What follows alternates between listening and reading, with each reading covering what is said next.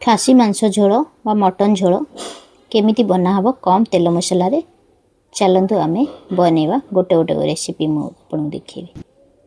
चलंतु start करिया।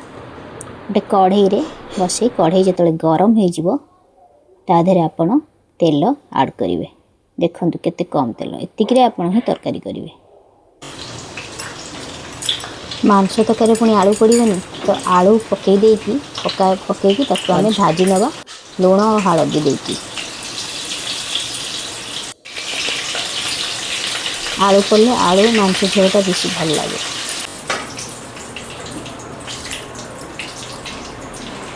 आलू भाजी हो सारी रखी सारा पर जो बड़का तेल कढ़ई रे थिबो ता देहरे आमे ए जो गरम मसला जानिथिबे सेटा पकई देबा। पकई देला परे सी तार गरम रे टिके फुटुथबो जेमते अलैच दालचीन जहाँ भी गरम मसला पैकेट आसी से सब पकई देबे। आपन तीनटा पियाज एडी अदा दुटा रसुण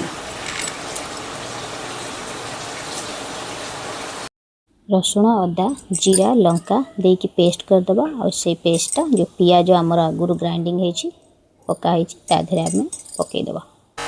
लंका गुंड देखिकी हलदी गुंड लूण मीट मसला स्वाद अनुसार तापर मीट पाउडर जो मिलूँ और धनिया पाउडर मीट मसला धनिया गुंड पड़गला यहाँ घाटे आगे टमाटो पकई पारे आपड़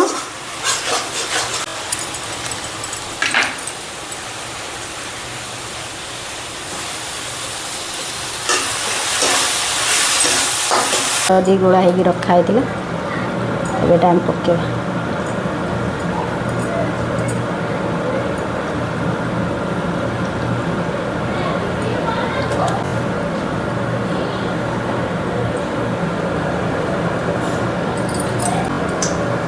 बुधवार रविवार हेल्ले केमती मटन आनी खाया समस्त बहुत भल बच्चे देह भल नहीं।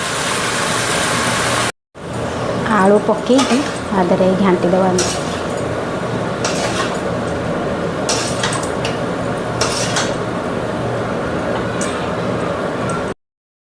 टिके कषा हो गला पर ताकू आमे प्रेशर कुकर को ट्रांसफर करदबा। आ कढ़ई रे टिके पानी देकी से पानी जिते गरम हो से प्रेशर कुकर रे पकईदबा ताकि आमर मसला पानीटा वेस्ट हेनी है।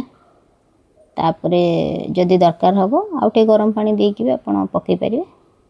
पकई देला परे प्रेशर कुकर को आमे बसई दबा। देखंतु इन प्रेशर कुकर बिल्कुल तेल नथिला भलिया ही लागिवो। तेल कम तेल रे पड़छ मटन खाइबो भल लागे किंतु तेल जेतु अधिक कंज्यूम में डर लागे। प्रेशर कुकर बंद कर देछि हुइसिल मारिया बंद आम वेट करिया।